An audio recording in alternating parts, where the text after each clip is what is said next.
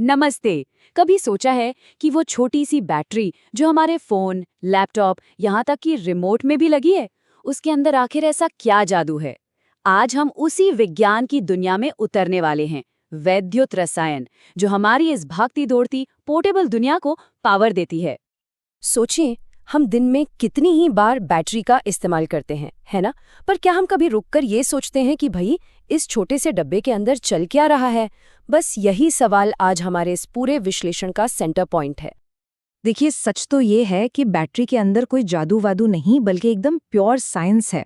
इसे ऐसे समझिए कि ये बस एक बहुत ही स्मार्ट तरीके से बनाया गया बॉक्स है, जिसके अंदर एक केमिकल रिएक्शन को बड़े कंट्रोल में होने दिया जाता है, और बस इसी प्रोसेस से बिजली पैदा होती है।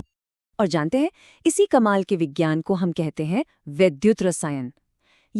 ये असल में ना एनर्जी के कन्वर्जन का खेल है। मतलब केमिकल एनर्जी को इलेक्ट्रिकल एनर्जी में बदलना, जैसा हमारी बैटरी करती है, और फिर ठीक इसका उल्टा इलेक्ट्रिकल एनर्जी का इस्तेमाल करके कोई केमिकल रिएक्शन करवाना। ये एक टू वे स्ट्रीट है, समझिए। अच्छा, तो इस पूरे प्रोसेस के दिल में, मतलब एकदम कोर में, एक छोटी सी यूनिट होती है। इसे कहते हैं वैद्युत रासायनिक सेल। आप इसे यूं समझिए कि ये बिजली बनाने और इस्तेमाल करने वाला एक छोटा सा इंजन है। और मजे की बात यह है कि ये छोटा सा इंजन दो तरह से काम कर सकता है। एक होता है गैल्वेनी सेल, जो बिल्कुल हमारी बैटरी जैसा है, मतलब केमिकल एनर्जी से बिजली बनाता है। और दूसरा होता है वैद्युत अपघटनी सेल। ये ठीक इसका उल्टा काम करता है। ये बिजली को इस्तेमाल करके वो केमिकल रिएक्शन करवाता है जो अपने आप कभी नहीं होती। तो चलिए, आज हम अपना पूरा ध्यान उस सेल पर लगाते हैं जो हमें पावर देता है, यानी कि गैल्वेनी सेल। और इसको ठीक से समझने के लिए इसका जो सबसे क्लासिक एग्जाम्पल है ना, डैनियल सेल, उसको देखते हैं।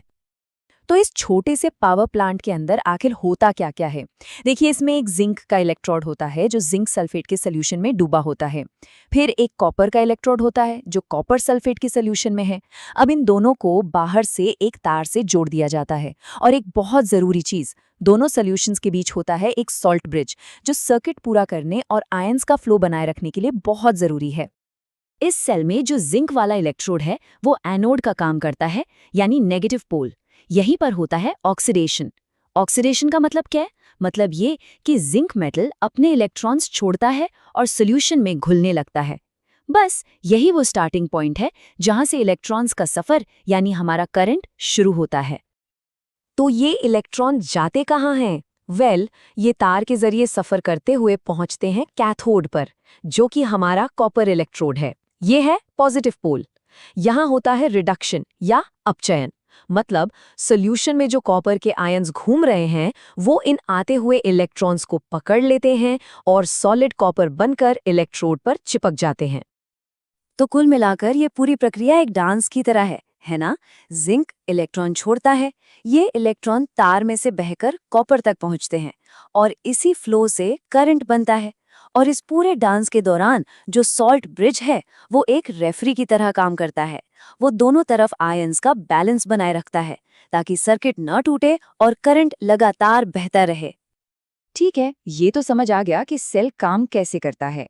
बट बड़ा सवाल ये है कि ये कितनी एनर्जी पैदा करेगा। साइंटिस्ट्स किसी केमिकल रिएक्शन की एनर्जी पैदा करने की इस इच्छा को आखिर मापते कैसे हैं? तो जब जिंक और कॉपर आयंस की कॉन्सेंट्रेशन स्टैंडर्ड लेवल पर होती है, तब एक डैनियल सेल ठीक 1.1 वोल्ट्स की बिजली पैदा करता है। अब ये वोल्ट क्या है? आप इस वोल्टेज को एक तरह का इलेक्ट्रिकल प्रेशर समझ सकते हैं, जो इलेक्ट्रॉन्स को एक सिरे से दूसरे सिरे की तरफ धक्का देता है। और पता है, ये प्रेशर हर पदार्थ के लिए अलग अलग होता है, और इसे मापने के लिए एक टर्म है मानक इलेक्ट्रोड विभव या E0। अगर सीधी सरल भाषा में कहें तो ये बस ये बताता है कि कोई भी चीज इलेक्ट्रॉन लेने के लिए कितनी उत्सुक या बेताब है। ये टेबल देखकर सारी कहानी एकदम साफ हो जाती है कि डैनियल सेल में ऐसा ही क्यों होता है। देखिए, कॉपर का स्टैंडर्ड पोटेंशियल पॉजिटिव है, प्लस 0.34 वोल्ट्स, जबकि जिंक का नेगेटिव है, माइनस 0.76 वोल्ट्स। इसका सीधा सा मतलब ये हुआ कि कॉपर जिंक के मुकाबले इलेक्ट्रॉन लेने के लिए बहुत बहुत ज्यादा उतावला है, और बस इसीलिए इलेक्ट्रॉन नेचुरली जिंक से कॉपर की तरफ बहते हैं। लेकिन रुकिए, ये सब तो स्टैंडर्ड कंडीशंस की बात हो गई। असल दुनिया में क्या होता है? जैसे जैसे बैटरी चलती है, सॉल्यूशन की कॉन्सेंट्रेशन बदलती रहती है। तो तब क्या होता है? इसका जवाब हमें मिलता है नर्न्स इक्वेशन से। अब इस मैथ को देखकर घबराने की कोई ज़रूरत नहीं है, बिल्कुल नहीं। इसका मकसद बस इतना सा है कि ये इक्वेशन हमें रियल वर्ल्ड कंडीशंस में, मतलब जब कॉन्सेंट्रेशन बदल रही हो, तब सेल का वोल्टेज प्रिडिक्ट करने में मदद करती है। तो अब तक हमने जो भी थियरी समझी, उसका फ़ायदा क्या है? फ़ायदा ये है कि यही सारे प्रिंसिपल्स हमारी रोज़मर्रा की ज़िंदगी में इस्तेमाल होने वाली हर एक बैटरी के दिल में बसते हैं।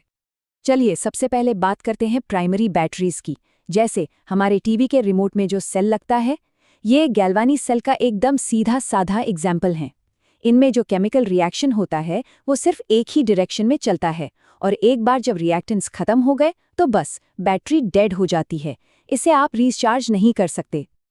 अगर हम एक नॉर्मल एए बैटरी को कभी खोलकर देखें तो हम पाएंगे कि उसका जो बाहरी जिंक का केस होता है वही एनोड का काम करता है। बीच में एक कार्बन की रॉड होती है जो मैंगनीज डाइऑक्साइड से घिरी रहती है, ये है कैथोड। और इन दोनों के बीच में अमोनियम क्लोराइड का एक गीला गीला सा पेस्ट होता है जो इलेक्ट्रोलाइट का काम करता है। और इन सब चीज़ों के केमिकल रिएक्शन का नतीजा क्या होता है? एक भरोसेमंद 1.5 वोल्ट की पोर्टेबल पावर, जो हमारे ना जाने कितने छोटे-मोटे गैजेट्स को चलाती है। लेकिन वैद्युत रसायन सिर्फ काम की बैटरी ही नहीं बनाता, कभी-कभी ये अनचाहे तरीकों से भी काम करता है, और साथ ही ये भविष्य के लिए नई नई संभावनाएं भी खोलता है। क्या आप जानते हैं कि लोहे पर जो जंग लगता है वो भी असल में एक इलेक्ट्रोकेमिकल प्रोसेस ही है? जी हाँ, संक्षारण या कुरोजन असल में एक अनचाहा अपने आप बनने वाला गैल्वेनी सेल है जो धीरे धीरे मेटल को खाता रहता है। तो आप देख सकते हैं वैद्युत रसायन का असर कितना बड़ा है। एक तरफ ये हमारी बैटरीज और पोर्टेबल डिवाइसेस को पावर दे रहा है, दूसरी तरफ इंडस्ट्रीज में एल्यूमिनियम और सोडियम जैसी जरूरी धातुएं बनाने में मदद कर रहा है, और वहीं ये जंग जैसी नुकसानदेह प्रक्रिया के लिए भी जिम्मेदार है। और यहीं पर आकर एक बहुत बड़ा सवाल खड़ा होता है। जैसे जैसे हमारी दुनिया को और ज़्यादा पोर्टेबल और सस्टेनेबल पावर की ज़रूरत पड़ रही है, सोचिए इलेक्ट्रिक गाड़ियों के बारे में, बेहतर ग्रिड स्टोरेज के बारे में, तो हमें आखिर कौन सी नई और ज़्यादा असरदार केमिकल रिएक्शंस की खोज करनी पड़ेगी? इसी सवाल का जवाब वैद्युत रसायन के भविष्य को तय करेगा।